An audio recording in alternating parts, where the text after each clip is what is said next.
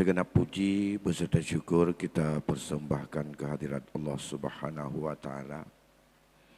Selawat dan salam keharibaan junjungan kita Nabi besar Muhammad sallallahu alaihi wasallam pada keluarga dan sahabatnya sekalian. Tunggu-tunggu guru-guru kami dan bapak-bapak, ibu-ibu sidang jamaah yang dimuliakan Allah Subhanahu wa taala.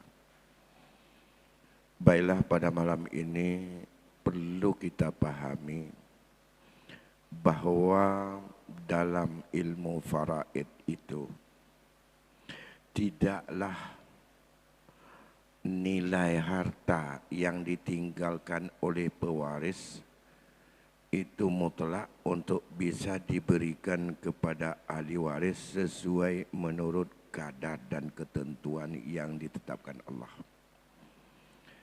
Akan tetapi penting untuk mencari satu angka dulu. Yang angka tersebut merupakan tempat lahirnya bagian-bagian yang harus diterima oleh ahli waris. Dan mencari bahagian ini merupakan salah satu daripada metode yang legal dan sah dalam pembagian pusaka dalam faraid, di mana belum tentu satu bahagian itu bisa diterima oleh seluruh ahli waris kalau mengacu kepada nilai harta. Karena ada orang yang menerima 2/3, ada yang menerima setengah. Kalau 2/3 dengan setengah itu, maka tentu saja harus ada satu angka pokok dulu untuk kita lihat apakah sudah sama enggak antara angka pokok dengan angka yang harus diterima bagian oleh masing-masing ahli waris. Dalam persoalan ini timbullah persoalan yang harus untuk dicari penyelesaian sejak setelah Rasul wafat. Seperti terjadi pertama pada masa Sayyidina Umar radhiyallahu anhu, di mana terjadi sebuah kasus yang diadukan kepada Sayyidina Umar. Seorang suami meninggal isterinya dan di samping sebagai suami ahli waris ada 2 orang kakak kandungnya atau saudara perempuan yang seibu sebapak dengan dia. Sedangkan menurut ketentuan Allah dalam ayat, bila seorang yang meninggal tidak punya anak dan tidak punya cucu, suami berhak mendapatkan setengah daripada peninggalan daripada si mayit. Ini diungkapkan dalam surat An-Nisa ayat 11. Bismillahirrahmanirrahim. Walakum nisfu ma taraka azwajukum illam yakul lahunna walad.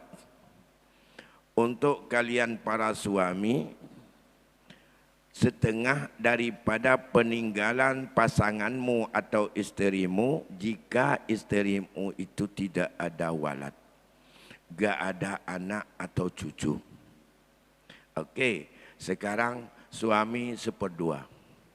Sedangkan kasus itu juga ditinggalkan 2 orang saudari seibu sebapak atau saudari kandung. 2 orang saudari kandung, bila si mayat tak punya anak dan tidak ada yang menghalangnya untuk mendapat warisan ayah dan kakek, Allah menetapkan untuk 2 saudari kandung itu 2/3. Ini terdapat dalam surat An-Nisa ayat 176. Ya. In kana tasnataini walahuma sulusani mimma tarak.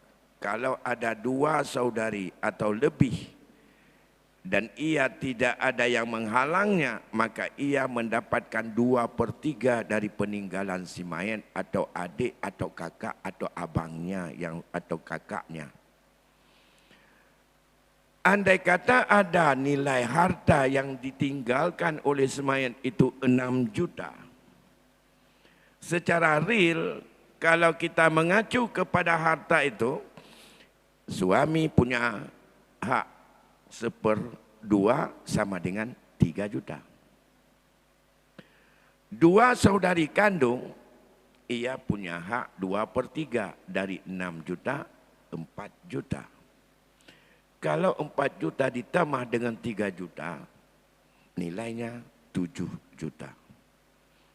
Kalau diberikan kepada suami 3 juta, berapa saja tinggal kepada dua saudari kandung. Ia bukan penduduk asabah. Ia harus mendapat 2/3. Itu pemberian Allah. Lantas Umar berkata, kalau saya duluan memberikan kepada suami secara penuh, maka aku telah menzalimi hak daripada 2 saudari kandung. Bila aku berikan kepada 2 saudari kandung lebih awal 2/3, 4 juta, otomatis aku telah menzalimi hak suami. Maka dalam hal ini, saya tidak berani untuk memutuskan, kecuali kita coba dulu menyelidiki, untuk bertanya-tanya dan untuk mencari informasi dari sahabat-sahabat yang lain, bagaimana Rasul untuk bisa menyelesaikan kasus yang seperti ini. Bayangkan, Sayyidina Umar itu adalah sebagai ulamanya bagi Khalifah Abu Bakar. Tapi begitu ada persoalan yang dilihat ayat dengan tegas mengatakan seperti itu, ia pending dulu. Gak berani mengambil sebuah solusi atau kesimpulan. Dia mencari informasi dan bertanya-tanya dulu kepada sahabat. Ini Sayyidina Umar begitu teliti dan begitu selektif bagaimana menjalankan perintah Allah berkaitan dengan masalah persoalan dalam pembagian warisan kepada masyarakat yang membutuhkan. Bayangkan kalau kita banding dengan kita hari ini. Kita ahli waris pun tidak pernah tahu. Bagaimana cara baginya tak pernah kita pahami. Kadang-kadang kita dengan ego mengambil sikap bahwa ini urusanku dan kami bagikan seperti ini. Kita tahu pembagian secara musyawarah mufakat itu bukan bagi faraid. Bukan hukum faraid, itu adalah hukum adat yang apabila mereka ingin memberikan orang hidup kepada orang hidup hartanya, silakan saja. Tapi harus tahu dulu orang yang hidup mendapatkan haknya yang diberikan oleh Allah dari peninggalan orang meninggal berapa. Akhirnya persoalan tersebut disampaikanlah pikiran dan pendapat oleh Zaid bin Sabit. Ya Amirul Mukminin, menurut kami itu nilai wang harus dikurangi seimbang sesuai dengan porsi mereka masing-masing. Juga disampaikan oleh Abbas, juga disampaikan oleh Sayyidina Ali, ada beberapa sahabat yang lain. Pendapat itu diakomodir oleh Umar dan nampaknya itulah solusi yang terbaik. Dan itu tidak ada dalam ayat dan hadis. Tapi itu pemikiran agak seimbang. Tapi bagaimana solusinya? Memberikan pengurangan yang seimbang, sedangkan dalam ayat tidak bisa dikurangi dari 1/2, mungkin 1/2 kurang dikit, enggak ada. 2/3 enggak ada, 2/3 kurang dikit enggak ada. Sesuai petunjuk ayat 1/2 dan 2/3 harus seperti itu. Karena ini perintah dan ini adalah instruksi dari Allah dalam ayat yang begitu jelas. Tidak ada siapapun di dunia ini yang ingin untuk merubah ayat itu. Dan orang yang merubah ayat itu adalah kalau dirubah tulisannya, maka dia murtad. Kalau dirubah maknanya karena tidak masuk akal dengan penafsiran sesuai dengan kehendaknya yang dimasuk-masuk saja, itu adalah perbuatan-perbuatan orang-orang yang fasik. Para ulama tidak berani menjadi dia kedudukan orang fasik dan menjadi vonis oleh orang sebagai orang yang zalim. Akhirnya kalau demikian bagaimana? Maka lahirlah dengan konsep aul dalam faraid. Maka aul itu, apa makna aul? Dalam bahasanya, aul adalah meninggikan. Ada bahasa lain dikatakan aul itu adalah merupakan sesuatu penyimpangan atau sesuatu daripada pergeseran. Dalam istilah ilmu faraid disebut aul itu adalah mengangkat, membesarkan angka pokok harus sama dengan jumlah bagian-bagian yang harus diperoleh oleh ahli waris. Itulah aul. Ya.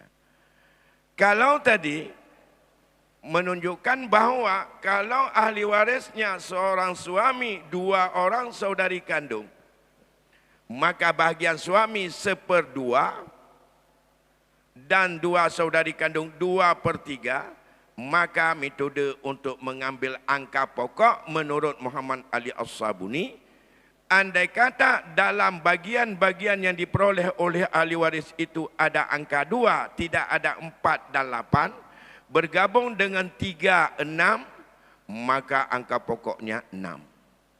Angka pokok merupakan angka terkecil yang habis dibagi dengan segala bagian yang ada di dalam prosentase ataupun pada bagian-bagian yang diperoleh oleh ahli waris.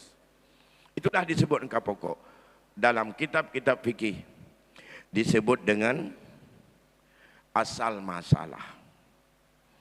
Metode penetapan angka pokok atau asal masalah, kalau dalam kitab fikih yang ma'ruf, dalam kita ngaji di pondok-pondok adalah ada 4 rumus. Ada dilihat antara bagian yang ada itu apakah ada tamasulnya. Kalau tamasul ambil 1 jadi angka pokok. Atau barangkali itu tadakhul, yang 2, 1 masuk kepada yang lainnya. Adakala itu dengan metode tawafuq, mencari angka yang sepakat dengan semua itu. Adakala dengan tabayun, karena tidak bisa dicari titik temu, maka bagian yang ada dikalikan kepada bagian yang lain. Tapi menurut Muhammad Ali As-Sabuni hasilnya akan sama seperti itu. Dengan membuat 2 kelompok, 1/2, 1/4 dan 1/8. Bila bergabung dengan kelompok kedua 1/3, 2/3 dan 1/6, maka angka pokoknya itu adalah dilihat. Bila dalam kelompok pertama 1/2 bergabung dengan kelompok kedua 1/3, 2/3 dan 1/6, angka pokoknya 6. Kalau memang bergabung angka 4, walaupun ada 1/2, tapi ada 1/4 bergabung dengan 3 yang ada di kelompok kedua, angka pokoknya 12. Andai kata di dalam kelompok pertama ada angka 8, iaitu 1/8, maka bergabung dengan semuanya boleh ada 1/4 dan 1/2, angka pokoknya 24. Sebelum tahu angka pokok, jangan bagi dulu. Nanti bangkrut tukang bagi atau zalim orang yang lain. Maka kalau 6 angka pokok, maka hak daripada suami 1/2 dari 6 adalah 3. Hak 2 saudari kandung 2/3 dari 6, 4. Kalau 4 ditambah 3 jumlahnya 7. Angka pokoknya 6. Lebih kecil angka pokok dengan angka distribusi, maka belum bisa dibagi nilai uang yang 6 juta. Tapi sesuaikan dulu, angkat angka pokok menjadi sama dengan jumlah ahli waris kelompok yang akan diterima. Maka plus 1 menambah 1 pada 6 menjadi 7. 7 menjadi angka pokok hasil pengembangan atau hasil aul. Uang seluruhnya 6 juta dibagi dengan 7, bukan dengan 6.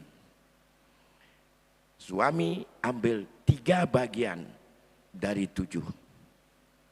Kalau 3 bagian dari 7, berarti ia mendapatkan daerah 800 sekian satu bagian, dapatlah 2.540 sekian.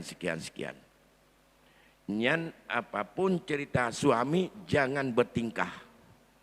Pada masa sahabat setelah Umar itu banyak yang dihukum gara-gara ia oceh dan terus untuk syurhat bahawa hakim dan qadi dalam memutuskan telah menzalimi saya.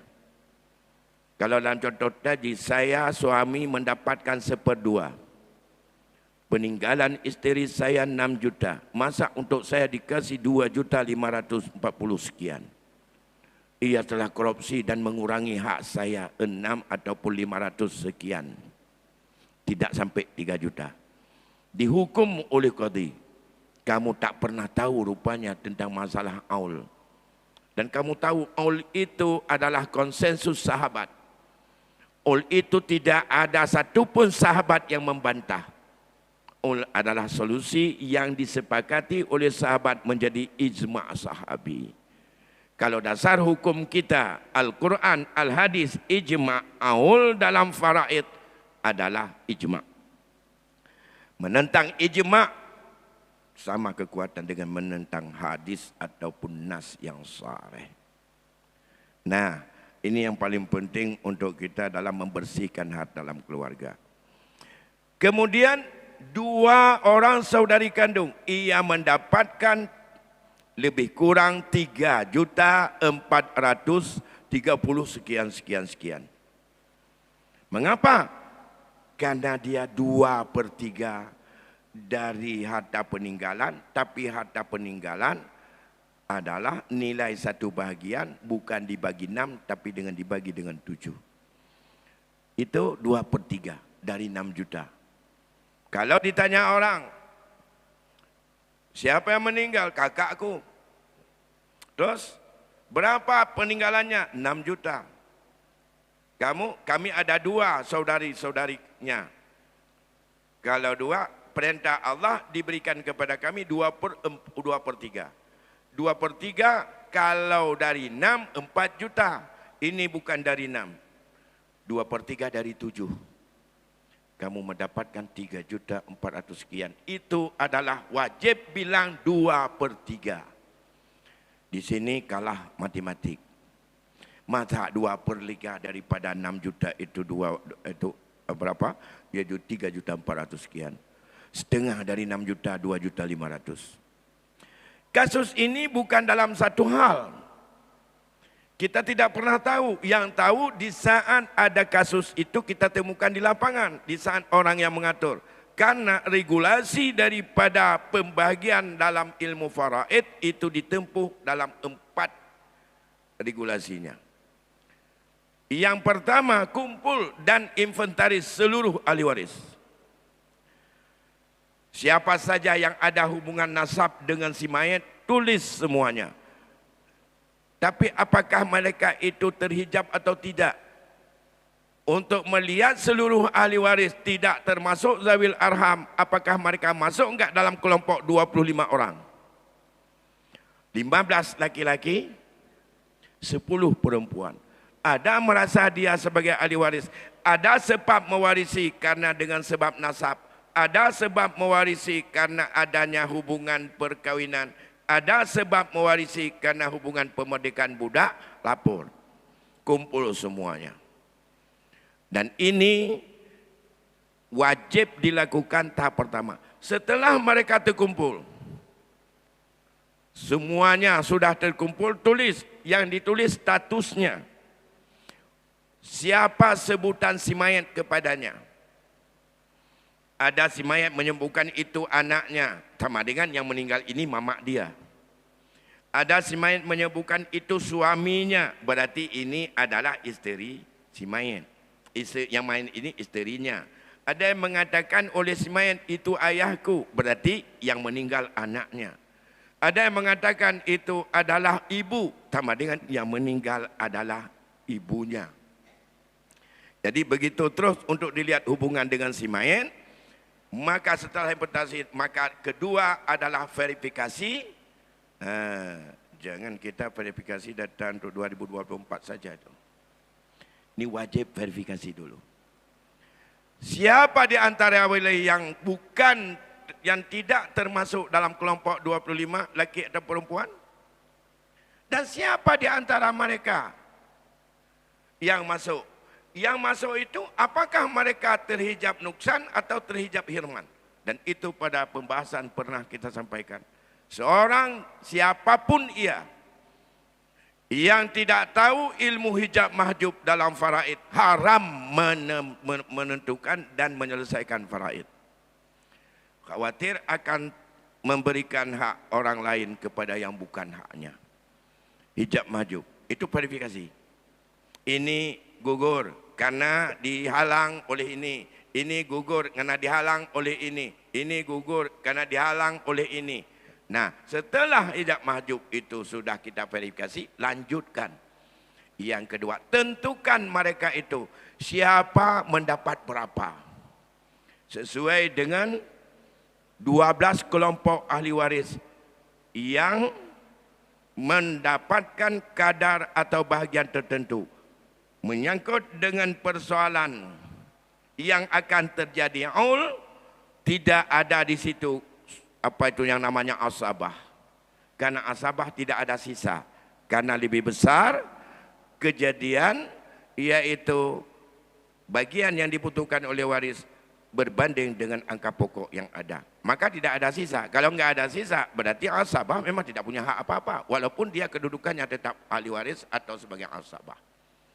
Nah, setelah penetapan angka-angka berapa jumlah dari 6 macam itu, 1/2, 1/4, 1/8, 1/3, 1/6 dan 2/3 kumpul. Siapa yang dapat berapa di antara yang 6 bagian itu yang telah Allah tetapkan. Setelah itu baru tentukan angka pokok. Dari mereka yang telah mendapat bagian, tentukan angka pokok. Setelah tentukan angka pokok, lihat hasil daripada angka pokok itu dengan dikalikan dengan bagian masing-masing, kemudian jumlahkan ke bawah. Kalau jumlah ke bawah lebih besar jumlah ke bawah dari angka pokok, inilah kasus yang terjadi aul. Sebagai yang contoh yang saya sampaikan tadi, andai kata dalam kasus tadi tambah satu ahli waris lagi ada masih hidup. Siapa? Ibu si mayit. Ibu si mayit, kalau ada 2 orang saudara tidak ada anak dan cucu, kepadanya harus diberikan 1/6. Siapa yang sampaikan dan siapa menetapkan 1/6? Allah. Di mana Allah tetapkan, in kana rajulun kalalatan au imratun lahu akhun au ukhtun, ya, walikulli wahidin minhuma sudus. In kana aksaru min zalika fahum syuraka fis sulus. Apabila ada beberapa orang saudara, walaupun enggak ada anak, 2 atau lebih, maka ibu harus mendapatkan, in kana lahu ikhwatun fali ummi sudus. Ikhwah di situ dimaknai oleh ahli faraid bukan 3, tapi 2 sampai seterusnya. Maka dia mendapatkan 1/6. Kalau kita tambah 1/6 kepada yang 1/2 dan 2/3, kalau angka pokok tetap pada 6, kita kali dengan 6, hasilnya 1. Tadi sudah kurang 1, sudah 7, 3, 4 tambah 1, jadi 8 kekurangan. Uang tak bertambah. Uang tetap 6 juta. Kalau 8 harus dibagi dengan 6 juta, nilainya 750 satu bagian. Kalau 750 satu bagian, suami 3 bagian, maka dia 2.250.000. 750, 750, 7 juta tengah, tambah 750, 2 juta, lihat 250. Itu setengah. Karena dia dapat 3 bagian. Ya. Kalau bantah, itu tidak mengerti hukum aul. Dia suami berapa? 1/2 dari 6, 2.250.000. Berapa hak dari 2 saudari kandung? Ia mendapatkan 3 juta. Karena 750 tadi satu bagian nilai. Berapa hak ibu? 750. Nah, itu pada angka 8. Andai kata tambah lagi ada 2 saudari seibu. Yang ayat saya bacakan tadi. In kana rajulun yurasu kalalatan au ya imra'atun walahu ya au imra'atun walahu akun au ukhtun falikuli wahidin minhumas sudus. In kanu aksara min zalika fahum syuraka fis sulus. Nyan saudara seibu. Saudara seibu tidak ada yang menghalang, hanya anak, cucu, ayah, kakek saja yang menghalang. Lain enggak ada menghalang dia. Sekarang ada 2 saudara seibu lagi. Tadi sudah kurang 2. 6 sudah 8. Kalau kita tambah 1/3 lagi untuk saudara seibu, 1/3 dari 6, 2. 1/6 artinya 1/3 dari 6, 2. 8 tambah 2 lagi. Hak suami 3 bahagian, hak 2 saudari kandung 4 bahagian, hak ibu 1 bahagian, hak saudari seibu 2 bahagian. Jumlah ke bawah jadi 10. Uang tak bertambah. Masih 6 juta. Bagi 10, nilainya 1 bahagian 600. Kalau nilainya 600, hak suami 3 bahagian. 3 kali 600, berapa hak suami? 1.800.000. Dari uang 1 juta, dari uang 6 juta, ia setengah data dari isteri, tapi ia mendapatkan uang 1.800.000. 1.800.000 itu berapa? Setengah dari 6. Tidak melanggar daripada ketentuan ayat. Hak dia walakum nisfu ma taraka azwajukum, perintah Allah tidak digubris. Karena dia tetap mendapatkan 3 dari 6. Tapi 3-nya bukan dikali dengan 1 juta nilai. Nilai uang adalah 600 dari 6 juta. Sehingga mendapatkan semua sesuai dengan kadarnya masing-masing. Ini pada angka pokok 6. Begitu juga terjadi banyak dalam angka pokok 12. Dan juga banyak kasus terjadi dalam angka pokok 24. Yang angka pokok itu tidak bisa diprediksi. Tergantung kasus bagaimana kejadian di lapangan.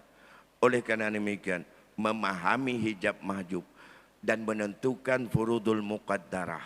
Itu prioritas akan melahirkan apakah ini kasus aul atau menjadi kasus orat. Kalau kasus serat itu juga ijma' para sahabat, adalah kebalikan dari tadi. Angka pokok 6, yang ada orang ambil 4, 2 lagi enggak ada yang ambil. Penerima asabah pun tidak ada. Maka sisa 2 itu dikembalikan kepada mereka ahli waris yang mendapat bagian tersebut.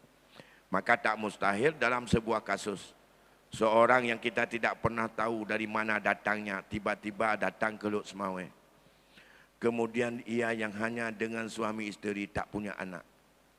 Hartanya banyak, punya mobil, punya rumah, keluarga enggak tahu, asal kampung enggak tahu, dari mana kita tahu ayahnya, apakah ada, anaknya nampaknya tidak ada. Meninggal suaminya. Kalau meninggal suaminya, ahli waris tahu isteri, lain tidak ada. Mau cari yang zawil arham pun tidak tahu. Maka isteri tetap mengambil 1/4. Itu adalah ketetapan Allah dalam ayat 1/4. Sisa 3/4. 3/4 dia bukan mengambil sejalan dengan furud. Tidak mengambil dengan jalan ketetapan Allah. Walahunnar rubu'u mimma taraktum illam yakul lahu walad. 1/4 itu pemberian Allah. Kemudian sepakat pada para ulama, mulai dari sahabat, dalam urutan, kalau tidak ada zawil furud, maka semua harta diambil oleh asabah. Tidak asabah, maka kembalikan kepada zawil furud yang bukan suami isteri. Tidak ada itu, maka kepada zawil arham. Itu tidak ada.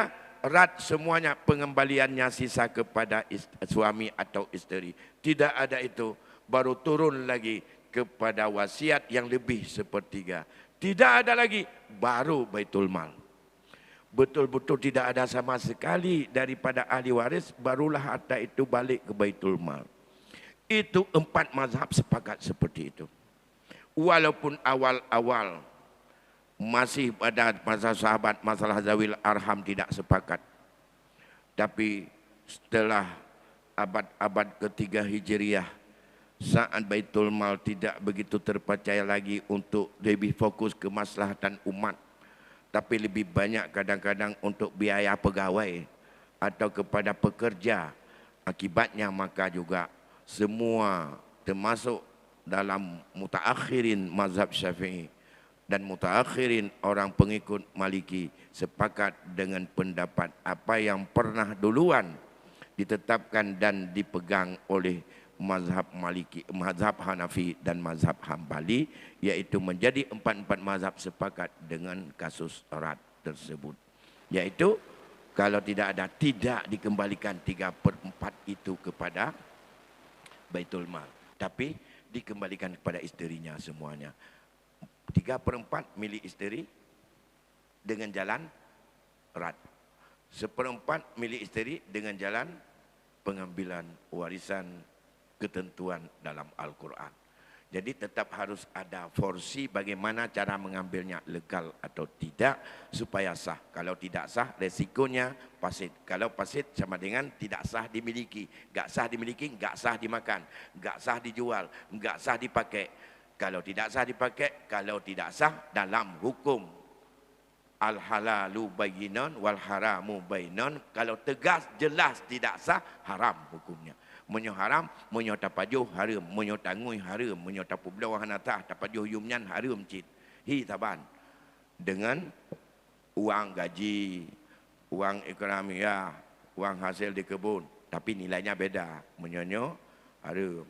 Lagi beda antara yum bui dengan yum kameng.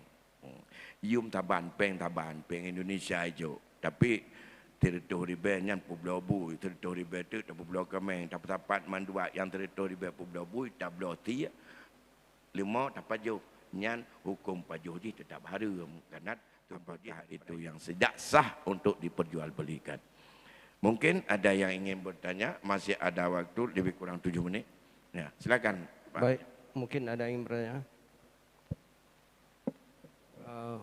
Baik Abu. Assalamualaikum warahmatullahi wabarakatuh. Yang kami menghormati Abu Asnawi berserta para jamaah semua. Kalau berbicara masalah faraid, itu dah hukum Allah yang sudah Allah tentukan. Misalnya yang perempuan sekian, laki-laki sekian. Ini ada kasus Abu. Ahli waris ada 4 orang, 2 laki-laki, 2 perempuan. Laki-laki mendapat 2, perempuan mendapat 1. Hasil musyawarah kita bagi sama. Apakah itu menentang hukum Allah? Itu yang pertama Abu. Kemudian yang kedua tadi Abu ada sampaikan saudara seibu. Saudara seibu itu bagaimana pengertiannya? Apakah suami pertama dari ibu itu meninggal, dia ada bawa warisan karena sudah dibagi, misalnya ada anak 2, meninggal suami pertama, sudah dibagi warisan, si ibu dapat sekian, anak 2-nya, 2 orang udah dapat, kawin lagi dia. Ada anak juga 2, harta yang dia bawa kan ada juga, dengan suami yang kedua juga ada harta, ada anak 2. Apakah harta seibu si anak yang pertama dengan suami yang pertama mendapatkan warisan? Mungkin itu Abu, mohon penjelasannya. Terima kasih. Assalamualaikum warahmatullahi wabarakatuh. Yang pertama, berkaitan dengan ahli waris, tentu saja ahli warisnya anak, 2 laki 2 perempuan. Kemudian hasil musyawarah mereka bagi sama rata. Apakah sah? Yang pertama saya jawab dulu, bagi sama rata bukan merupakan cara pembagian faraid. Hana dalam hukum faraid bagi sama rata. Sah? Sah. Boleh? Boleh. Tapi itu jangan anggap itu hukum faraid. Tapi itu adalah merupakan hukum. Tentukan cari dulu ketetapan Allah yang tidak bisa diutak-atik daripada mereka masing-masing yang 4 itu. Berapa pemberian Allah yang sah. Setelah tahu 4 orang itu mereka semuanya udah balik dan berakal, ada mutlak tasarruf, bisa menggunakan, maka yang besar saling untuk yang besar menghadiahkan, menghibahkan kepada saudaranya yang sedikit. Itu adalah pemberian saudara dengan saudara. Pemberian anu agam dengan anu ino. Pemberian ji hibah. Nyan jauh nyan. Misalnya tadi, kalau tadi uang 6 juta, ada ahli waris 2 laki-laki, 2 perempuan. 2 kali 2 4. Karena laki-laki haddu unsayin. Mislu hadil unsayin. 2 kali 2 4. Perempuan 2 kali 1 2. 2 tambah 4 6. Nilai satu bahagian adalah 1 juta. Karena mereka semuanya harus ada 6 bahagian. Hak anak laki-laki 2 bahagian 1 orang. Sama dengan masing-masing dapat 2 juta. Sudah habis 4. Hak anak perempuan 1 juta, 1 juta. Sekarang bagi sama rata. Semua dapat 1,5 juta, 1,5 juta. 1,5 juta tak bagi mantum pedrau dengan juta semuanya jumlah 6 juta. Ini yang pertama harus diketahui. Oleh yang perempuan, ia mendapatkan warisan menurut hukum faraid pemberian Allah 1 juta. Laki-laki mendapat 2 juta. 500 per anak laki-laki itu hibah mereka kepada yang perempuan. 1 anak laki-laki menghibah 500. Ada 2 anak laki-laki menghibah masing-masing 500. Tinggallah setelah dihibah kepada kakaknya yang perempuan. Berapa tinggal? Dari 2 juta, 1,5 juta. Ini harus dia sadari. Sama dengan perempuan harus meyakini dalam hati. Saya mendapatkan pusaka daripada ayah saya yang meninggal 1 juta. Tapi saya mendapatkan hibah dari abang saya 500. Sehingga saya dapat 1,5 juta. Abang saya dapat 2 juta. Karena diberikan hibah kepada saya 500. Maka abang dapat juga 1,5 juta. Karena 500 tadi hibah kepada saya masing-masing abang. Itu sah. Tapi bukan pembagian warisan. Bukan pembagian menurut hukum faraid. Itu adalah setelah diketahui haknya masing-masing. Itu pemberian orang hidup kepada orang hidup. Pemberian anak laki-laki kepada anak perempuan. Bukan pemberian Allah dari harta orang mati kepada ahli waris yang hidup. Ini satu. Yang kedua, siapa sebenarnya saudara seibu? A, seorang laki-laki kawin dengan seorang wanita. Ada anak 1 atau 2. Kemudian anak ini seibu sebapak dengan ayah dan mamaknya ini. Kemudian cerai dengan mamaknya. Si A ini bercerai dengan isterinya ini. Setelah bercerai, kemudian isterinya kawin lagi dengan laki-laki yang lain. Dia ceraikan je kawin. Lahirlah anak 1. Ya, akhirnya anak yang 1. Anak yang lahir pada suami yang kedua, nah, adalah saudara seibu kepada anak yang ada dengan suami pertama. Karena sabah mak awaknya. Ya masing-masing. Si A yang dua bunuh si A ya haji. Olehnya si apa itu? Si si perempuan yang kahwin lagi itu dengan anaknya si A itu adalah lain ayahnya. Tapi mereka satu mamaknya. Satu mamaknya. Segala gema kahwin dengan laki lain, itu adalah dengan ayah ini. Kalau demikian saudara seibu dapat harta, siapa di antara mereka? Antara mereka yang tiga tadi itu, salah satu meninggal dunia. Ya. Salah satu meninggal. Ya. Siapa yang meninggal? Anak pada suami yang kedua. Kaya raya pula yang meninggal. Kalau anak yang pada suami kedua, kebetulan, ya, anak itu yang meninggal, ia tidak punya keturunan, ayahnya tidak ada, kakeknya tidak ada yang laki-laki, saudaranya yang dua orang pada mamanya dengan suami pertama, dia itu saudara seibu, dia punya harta, punya hak.